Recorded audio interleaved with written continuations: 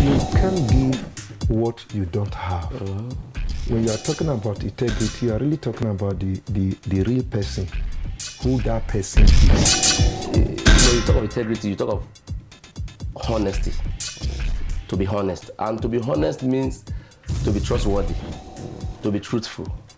And politics is science and art of government. Politics is about the people. Yes. And if you talk about it in a deeper sense, it has to do with how people take decisions on how to lead themselves.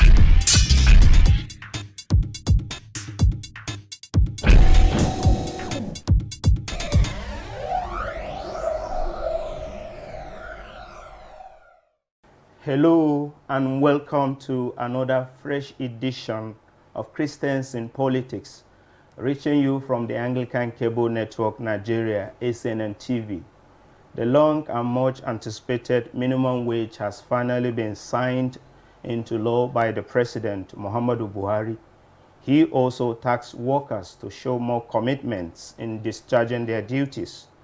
In the previous week, there were speculations from the All Progressive Congress Party, APC, on the authenticity of the citizenship of the former Vice President and the presidential candidate of the People's Democratic Party, PDP, Alhaji Atiku Abubakar, which they claim he is not a citizen of Nigeria, but of Cameroon, and demands his return to his country. Also, the official spokesperson of the 2019 re-election bid of President Muhammadu Buhari said, WAEC certificate is not required to be the President of Nigeria. These and more we shall be discussing on the program today. I am Smart Simon. Our topic today is post-2019 election matters arising, and I have in the studio with me to discuss this Sir Patrice Akwara. He was the AA candidate for the Federal House of Representatives. You're welcome, sir. Thank you. Good morning, sir. And we also have in the studio our regular presenter here and a host, our Venerable Joseph Unuaya, Director, Civic and Political Affairs, Church of Nigeria. You're welcome, sir. Thank you very much. Let's take a quick look at the video and we'll be right back.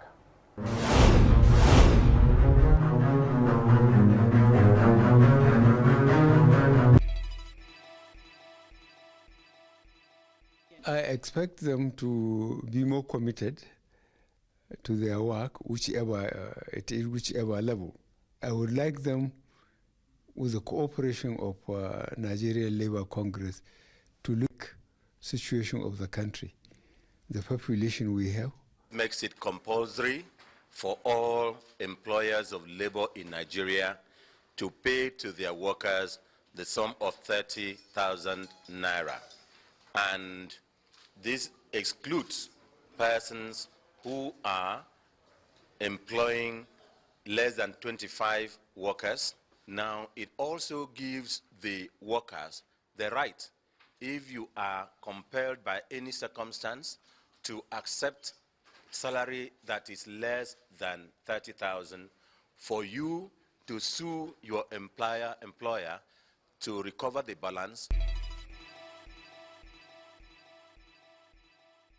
You are witnesses to the fact that before the elections, the body that is statutorily empowered in Nigeria to issue certificates, the WAEC certificates, came to the villa and presented the original WAEC certificate to the president, to his original WAEC certificate. They should also realize that there are other levels of qualifications to run for the office of president. In fact, if you have occupied public office for a reasonable length of time, by the provisions of the Constitution, you do not even need a WAEC certificate to also become president of Nigeria.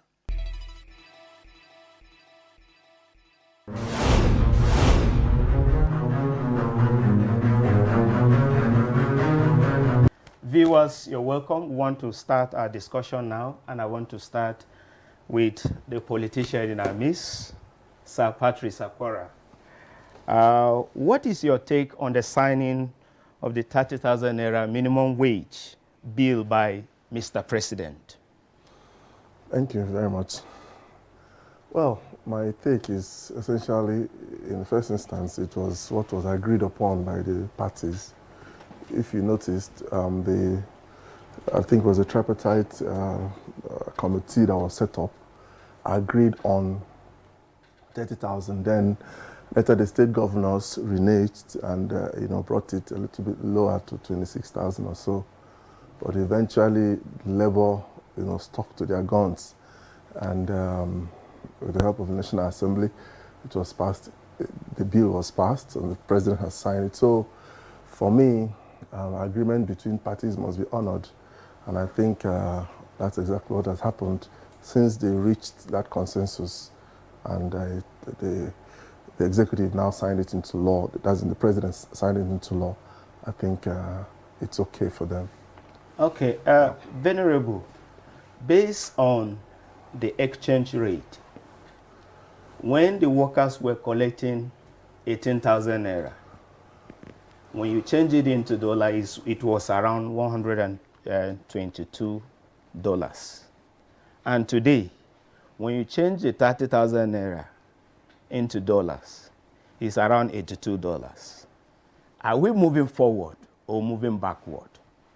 I wanted to start by saying, and let me still start that way, that I'm not excited over the signing, and I don't see why people were congratulating some persons over the signing in of the bill of 30,000 naira as a minimum wage for Nigerians today. We all know where we are.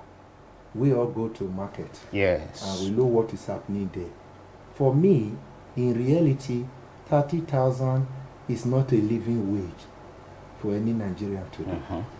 And why should we be celebrating the politicians over that, for signing that into law? And by the way, should it be signed? This is an argument that has been going on, and as you heard the barrister said, politician, there was agreement. There was debate upon debate. I remember the Ama People Committee worked on that for a very long time before the team went to the Senate and all that. Were we expecting the bill to be rejected again? So we should come off this idea of just clapping hand when it is not necessary. And when you go to market, we just finished Easter, and on Saturday, I deliberately decided to take my wife to the market just to see what is happening there in the market. You will pity people. You will pity people. What is 30,000 naira? But, well, we thank God. As you have also analyzed, compare it to the rate of, exchange rate today. Yes. You see, it has no value really. But like they say, half bread is better than none. It's at least 30,000 is better than 18,000 naira. So to that extent, we thank God. But honestly, Nigeria is not where it's supposed to be. That is my own concern. That smaller countries in Africa are leaving us behind, and we think nothing has gone wrong. Something has gone wrong, basically.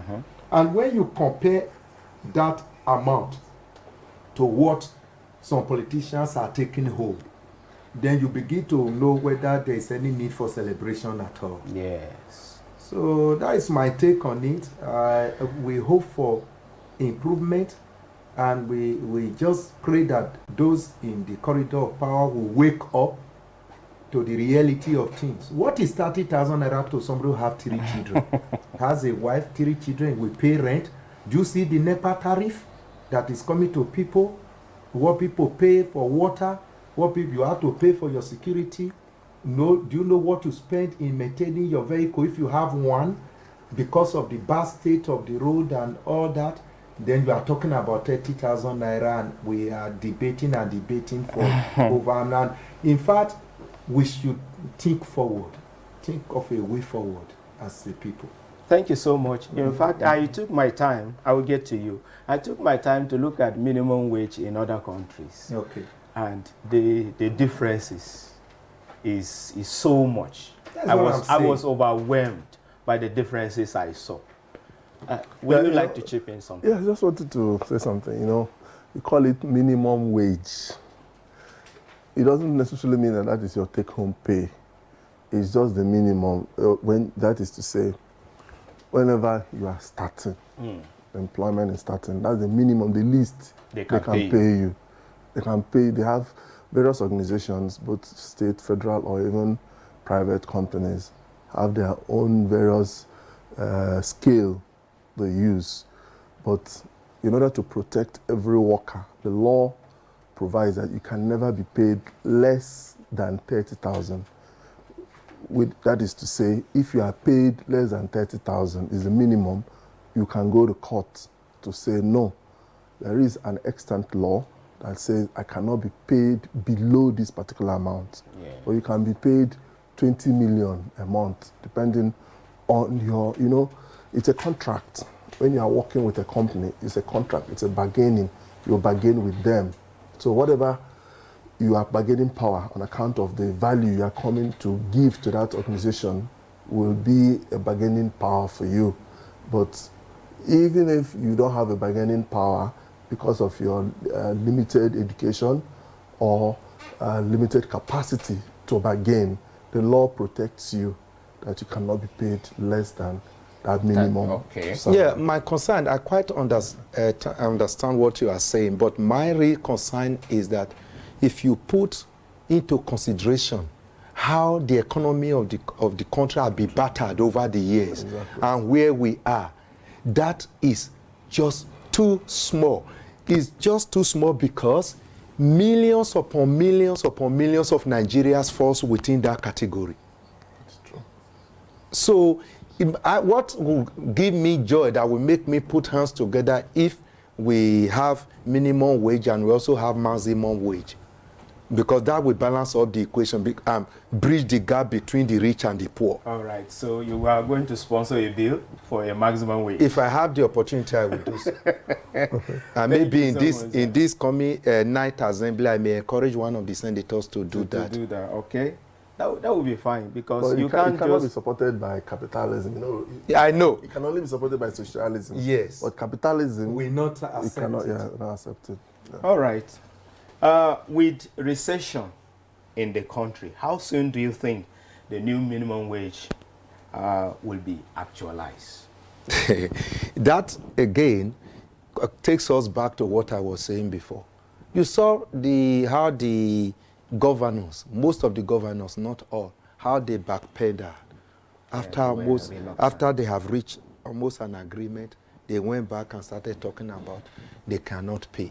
No one is thinking forward, practically, how we should be able to pay even more than this. See, well, I'm talking like as a priest, which I am. I believe that when you say you can do it, God will give you the ability. Yes. When you say you can do it, that is when your thinking capacity will wake up. That's true. And begin to exploit options that will make you to be able to cope with it. I give a very funny example. We're discussing about the huge NEPA bill coming to us and all that, how to solve it. And a member of PCC was saying that, you know, this church is a very small church. He blamed the mother church that built this very big building, put AC. If left for him, he will suggest that we buy a very small generator.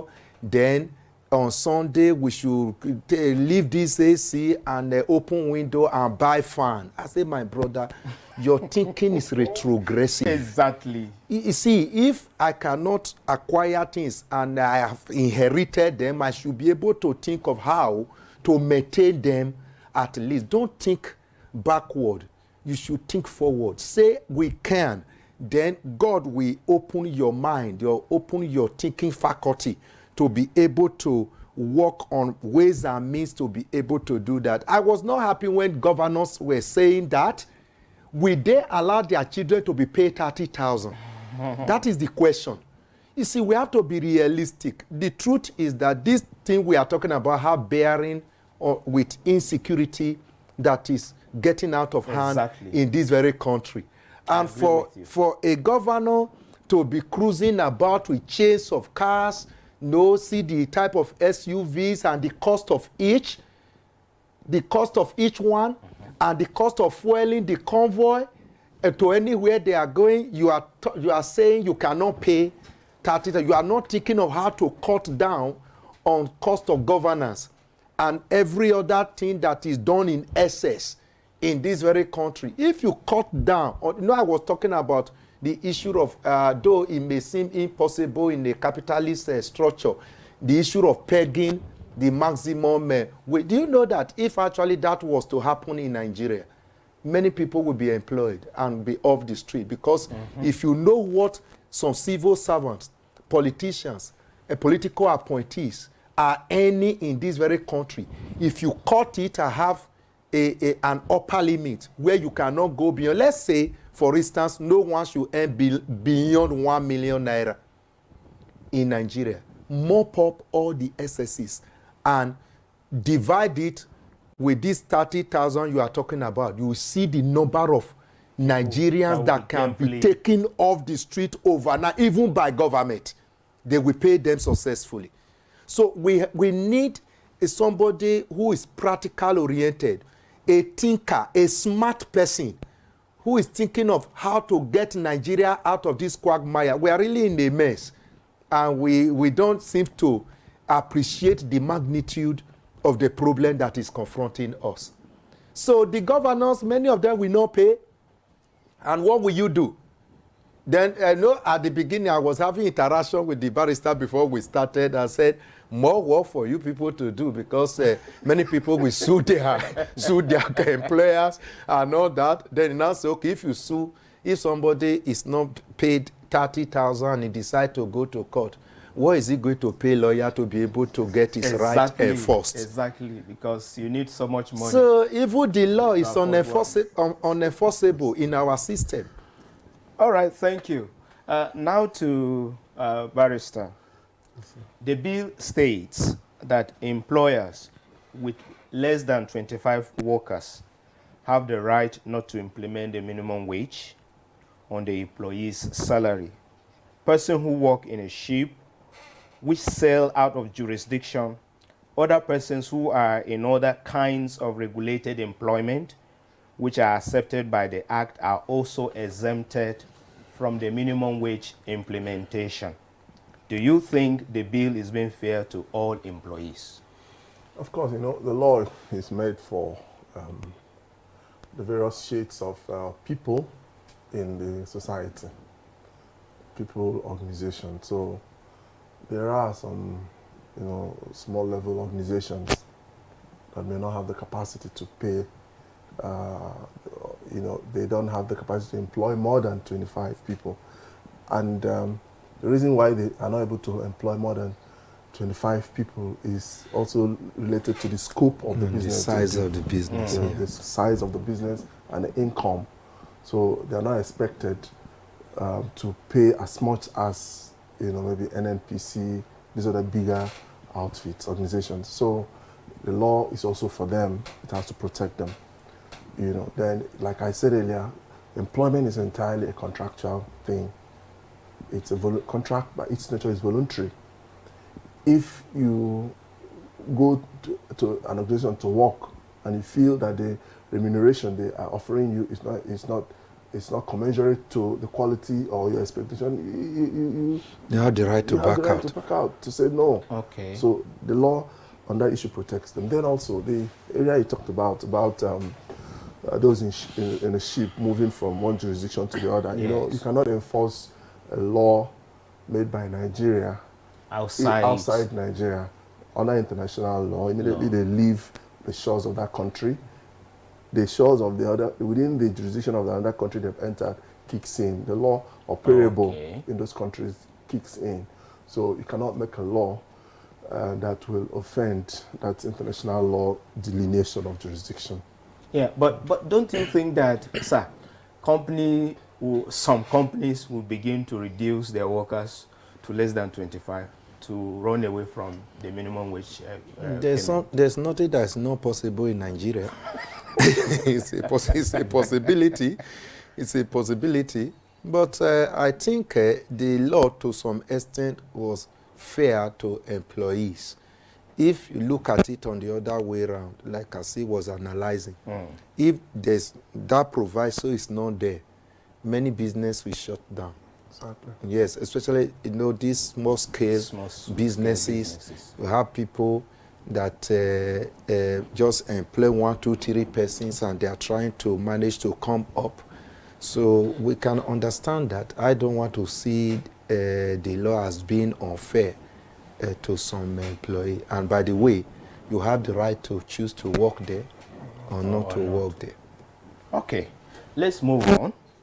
The bill also gives the employees the right to sue their employers to recover the balance and authorize the Minister of Labor or any person nominated by Minister of Labor or any person designated by the Minister of Labor in any ministry, department, or agency to, on their behalf, take action in their name against such employer to recover the balance of their wages if compelled by any circumstances to accept salary that is less than 30%. How effective do you see this in the country, looking at the judicial system in Nigeria? My brother, I said, I don't want to associate myself with laws that are not implementable. It's an exercise in futility. What do you pay to get the services of a lawyer in Nigeria today? Except if the person have to be at the mercy of some lawyers who are ready to render free service. Otherwise, they cannot access any lawyer. You see, now, yeah, I'm coming to that one. Let me finish with that of the lawyers. Okay. Do you know, as of today, if you, like himself who contested, if he felt that he was not fairly treated in the election, he had to go to court. If he's a governor, before a son will take up your case, you deposit 100 million. I'm speaking authoritatively. 100 million? I'm speaking authoritatively. Not 1, not 2, not 3 senators have told me, 2 governors have told me this one-on-one. You deposit 100 million before a son will take up the case. And yet you still begin to pay. So whether you win or not, you have to deposit that money. You have to give, say, it's not refundable.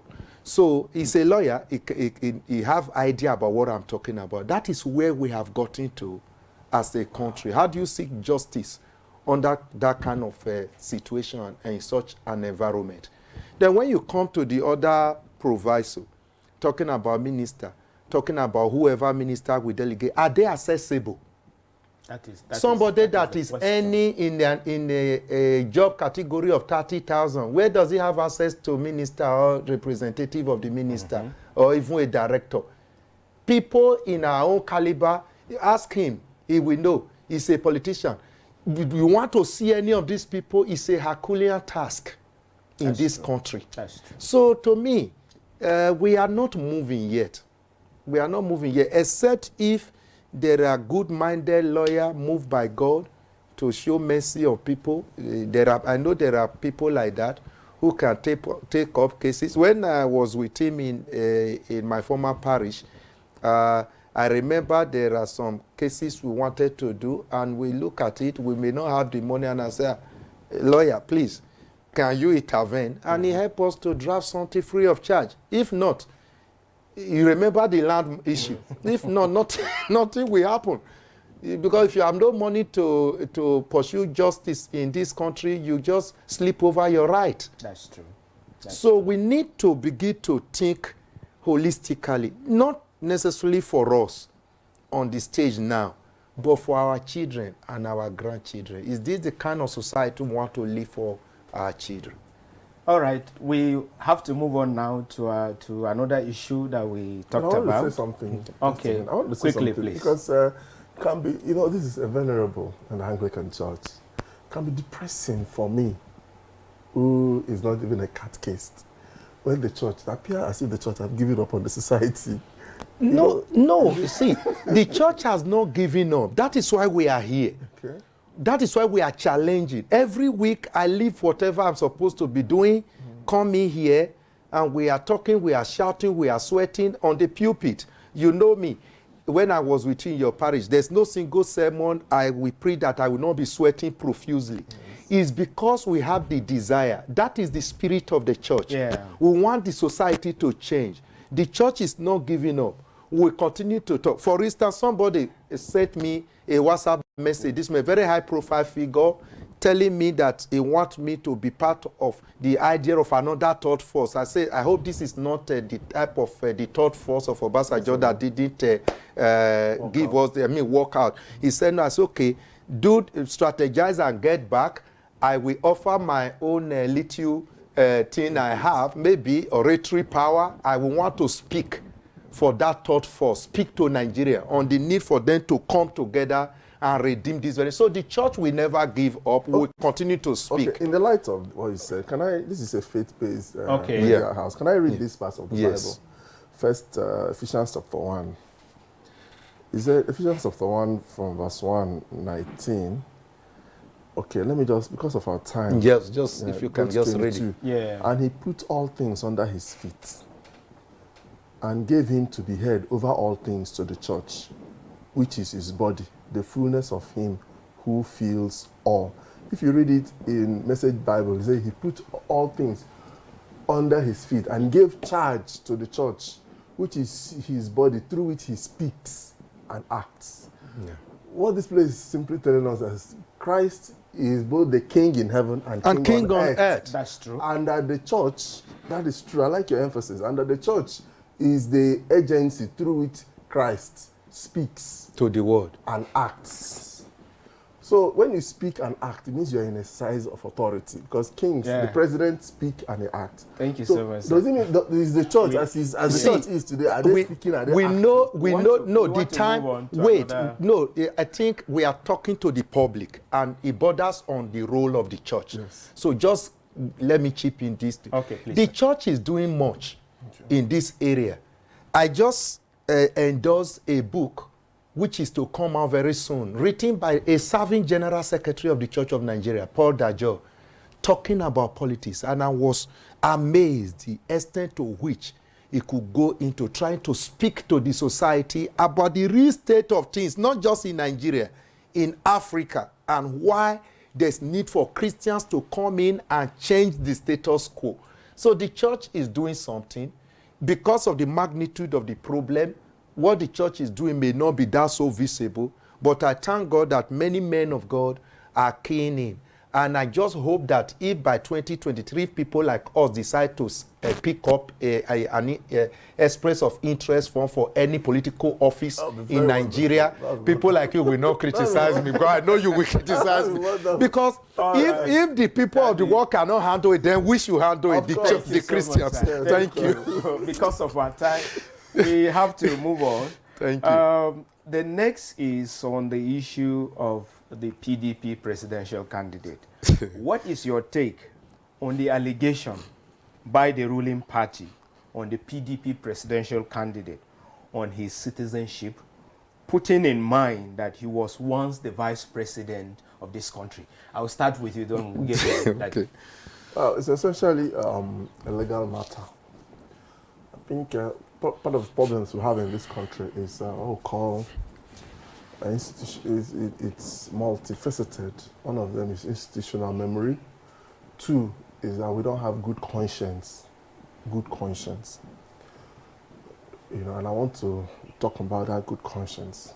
We are unconscionable. You know, if you look at 1999 Constitution. Yes, sir.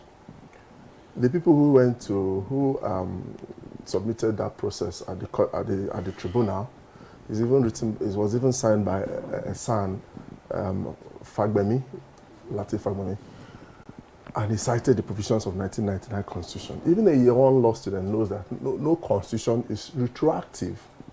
Constitutions don't take a retroactive effect. What was done in 1963 cannot be nullified by a constitution in 2019. It's elementary law. Yeah. That was why the whole world criticized Major General Buhari in 1985 or thereabout, when he made a decree and backdated it Yeah. to kill Owo and co. who participated in cocaine, in drug, when that act wasn't a criminal Act then. act. Yes. It's like institutionally we have forgotten. I've been listening to a whole lot of commentaries on this thing. Nobody has even remembered that such laws don't take retroactive effect. So 1999 Constitution, because if you look at 1963 Constitution, Nigeria, by her very nature, Nigeria is not an indigenous country. It's not a nation. Nigeria is a state. You know, a nation, under definition, when your basic government definition, nation is people that speak the same language and can trace a particular origin. Yes. Just like the Yorubas, yes, the Hausas, the Igbos. So a lot of nations put together. Good. Nigeria is what we call a positive state. Nigeria is southwest, southeast, south this, not this, you know. So it's not an indigenous people. You understand? It's made up of various indigenous people. It's not intrinsically a homogeneous society. Yeah. Nigeria is heterogeneous in nature. So in that 1960, I think it was 1959, there was a referendum in Cameroon, northern and south. Some of them decided to go. There was even this NCNC, led by Azikiwe and Action Group. Yes, where they were even part of the voting, our political process. Then, when they now they had their first referendum, they said that they will wait till 1961, obviously, to check. You know, so when Nigeria had independence in 1960. In 1961, they had a plebiscite, you understand? Then, under international law, Nigeria's constitution as then said that everybody under British mandate will be a citizen of Nigeria. Northern Cameroon was under British mandate. Just like Nigeria, Southwest was under British mandate before this, before 1914 when we amalgamated. There was amalgamation. Thank you. You know, the amalgamation was done simply because of administrative effectiveness. Exactly. They wanted to cut costs. That's how Nigeria came to be. Nigeria didn't come to be because all of us are from the same father. No. So under 1963 Constitution, 1963 Constitution also encouraged and made sure that all now being sure that everybody has come in by then, whether you are from Taraba, you are from Jalingo, you are from Jeddah, you are from anywhere. Everybody came in, and 1963 Constitution made it, I think it was Section 23 or thereabout. Everybody who had come in under British mandate is now to be regarded as a natural born, a Nigerian. So you cannot, with 1999 Constitution made more than 50 years later, to now retroactively criminalize or now exclude. So if they do it, people like people from Taraba, all of people from Adamawa, you will not be a Nigerian. You will not be Nigerians. We'll have gone back to. We'll go back to your country, and you can no longer contest. So this is see. All right, your thought on this. You see, I think honestly, with all due respect, APC government is a very funny government. Very, very. They trivialize major issues. You see, I'm an election observer. We are talking about election. This same man, you remember, was with Buhari. They contested for primary. Yes. In one of the then they didn't know that he's not a citizen. And he was a major financier in 2015. They didn't know then. You see, this man was vice president for how many years? 8 years. 8 years. First term of pass, second term of pass. He was not disqualified. He was not disqualified. This man had held government offices over the years. He worked, in Port Authority? No, Custom. They didn't talk about this. We are talking about whether election was rigged or not rigged. Then all of a sudden, I just hear this comedy of an EDG or not. It's an expensive comedy. And it's very irritating, honestly. Instead to address the facts of the matter on ground, you are talking about it. This man is talking about INEC server. Exactly. And instead to address that, you just diverted Nigeria's attention to a different thing. We are now talking about plebiscite, talking about a British referendum and all that. That majority of people who voted now don't even understand what. Thank God he's a lawyer. He has a good memory of what transpired. So to me, it's a complete distraction, diverting people's attention from the real thing. This man is talking about server. He's telling you he has this information in his hand. No one is probing deep into that to know the reality. He's talking about what is it called? E-collation. The truth is that e-collation system was deployed in 2015 by INEC. Yes. During this election, one of the national commissioner personally took me through election situation room in International Conference Center.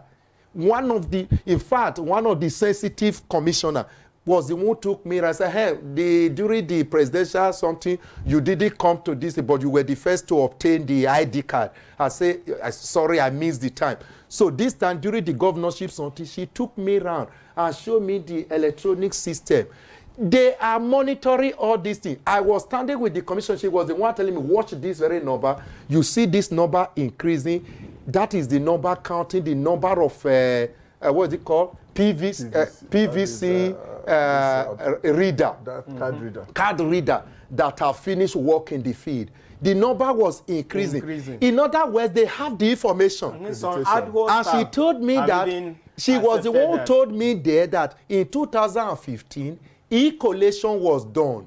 And as the election is going on, the e-collator is monitoring and collating. So right there, they can know who is winning, who is leading, in which state. He said they could not deploy it this year because of the electoral act, that bill that was not signed. So how am I sure that that thing was not behind the deliberate refusal? It was deliberate refusal to sign the bill was deliberate. But that thing can be put somewhere, monitoring. We could see the sister that was monitoring social media report real time. We could see that of the card reader, the number that has opened, the number that has submitted. Yes. Then how am I sure that e-collator was not so? And we're in Nigeria. They are talking about how do you talking about hacking. This is a nation whereby you give somebody 50,000 naira, it can give you all the information you need. All right, sir. So they should interrogate that issue and forget about whether it's an indigenous. Somebody who was my vice president for how many years? And now you are telling me about indigenship. We will. It's a comedy. Yeah, it is. Let's take a short break to look at some comment by Nigerians on Twitter. And when we come back, we will continue.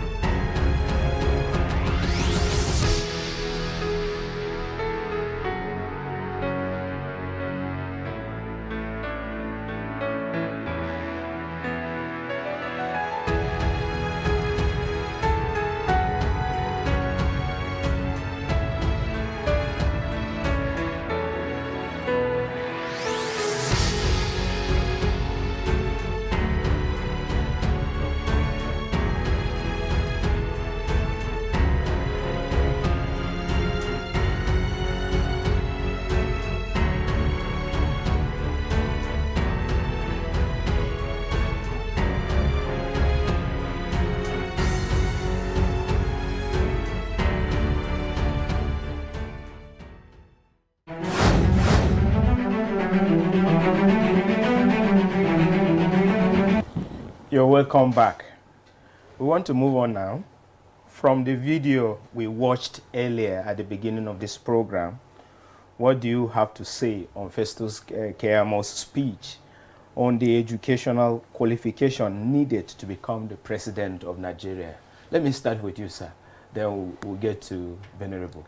Well, it's also a constitutional issue. The Constitution, I agree with Festus, just that the problem is his manner of saying things. You know, he doesn't say things with decorum. He's a very young man that insults people anyhow. It's not. It's very erratic. Yeah, it's not how we were taught at law school, or even during, you know, our pupillage days after, you know, after our call. You are also, in whatever circumstance you want to present your issue or any legal topic, you're supposed to go about it what we call decorum. Have to go about it decorously. The Constitution makes provision for various qualifications, one of which must be that you must have school sat or its equivalent. What are the equivalents? Equivalents could be, there are various equivalents, like somebody who has served in the army up to Major General. In all good conscience, you can say that the person has even superseded the minimum, that the equivalent, that WAEC level. Oh, yeah. Because you have to check how he was admitted at that time. How he was admitted into the Nigerian army was allowable. Yeah. You understand? Like, it was allowable. The military high council, they were doing all this quota, quota recruitment. Yes. And when they recruited him from the university, they didn't put him into the engineering corps. They didn't put him into the administrative corps. They put him in infantry, which is O level. Some people have to fight. You don't go to university to carry AK-47. AK-47 in the war front. You know, so he came in properly because they needed that infantry people. Yes, good. He rose through the ranks, you know, and became colonel, major, had a coup. My only problem with him is that becoming the president or the head of state then was unconstitutional. We should make a law that doesn't encourage people who come in through unconstitutional means. Now, when we return back to constitutionality, those people should be punished. Yes. That's the relevant issue. If we really want to move, some of us who have been engaged in the political process, one of the things driving us is because we believe that Nigeria can only get it if we adhere to constitutionalism. I know myself, I don't want to be subjective, but we can't get it with the narrative of people like Festus Keyamo, with due respect to Bola Tinubu, you know, the way they go about things sectionally, tribally, you know, when you, I remember when he was our vicar, and through his good offices, I became the chairman of the Pew Committee of the church. Yeah. There was presentations were made. I've seen the handwork of a certain Bini man. He told me he's not interested in whether the person is from Bini or Igbo. There was an Igbo man that was making a presentation. Some Igbos in the committee wanted me to favor that man. But I said, I have not seen your own, I have seen your own, and I can vouch for your own. And our priest being a Bini person, when I mean, he said he's not interested in whether it's Bini or, but he asked me, have you seen his work? I said, yes, I have seen his work before. I think we should go with it. And I recommended him, and it was even eventually when the man didn't even perform, he was the first person to say, even though you are from my area, I will report you, I will sanction you. And he sanctioned him. I like people who are detribalized in the Apple. That's the only way we can get Nigeria okay. Yes. We can't get Nigeria okay by siding this. No, look at somebody's work. The person who did a good work today can even do a bad work tomorrow. The person who did a bad work tomorrow can learn and improve. So when people talk about the president, this and that, I think the president has even exceeded that minimum school start requirement. Right. Thank you. You make your point. Yes. Your last word on this, and let me add this. How can you compare the educational qualification for political offices and that of civil service? Okay. Now, that is even my major take, that we should not celebrate mediocrity. I think that's right. Yeah, we should be talking about higher qualifications now, because Nigerians have moved on over the years. Gone are the days when you come to a gathering, then only one man who finished secondary school is the spokesperson for the whole community, because he's the only one that is educated. But now in every family you have graduates. Now in every village you have graduates. Not just graduates, you have master's degree holder, PhD holder. We have, do you know the number of professors we have in this country today? The world has moved on. So when we are talking about qualification, we should be thinking of something higher. Something higher. And we should maybe think about how to amend our constitution, if to reflect that. Because asking a secondary school leaver to take charge of a country as complicated as Nigeria, to me, I think is not healthy. I quite agree with him totally that if we allow the president today to go through the military until he got to the rank of a major general, I don't see why he cannot govern a nation. But what we should be talking about now is performance. Exactly. Is he performing? Is he doing his work well? Since he became president, has Nigeria moved forward?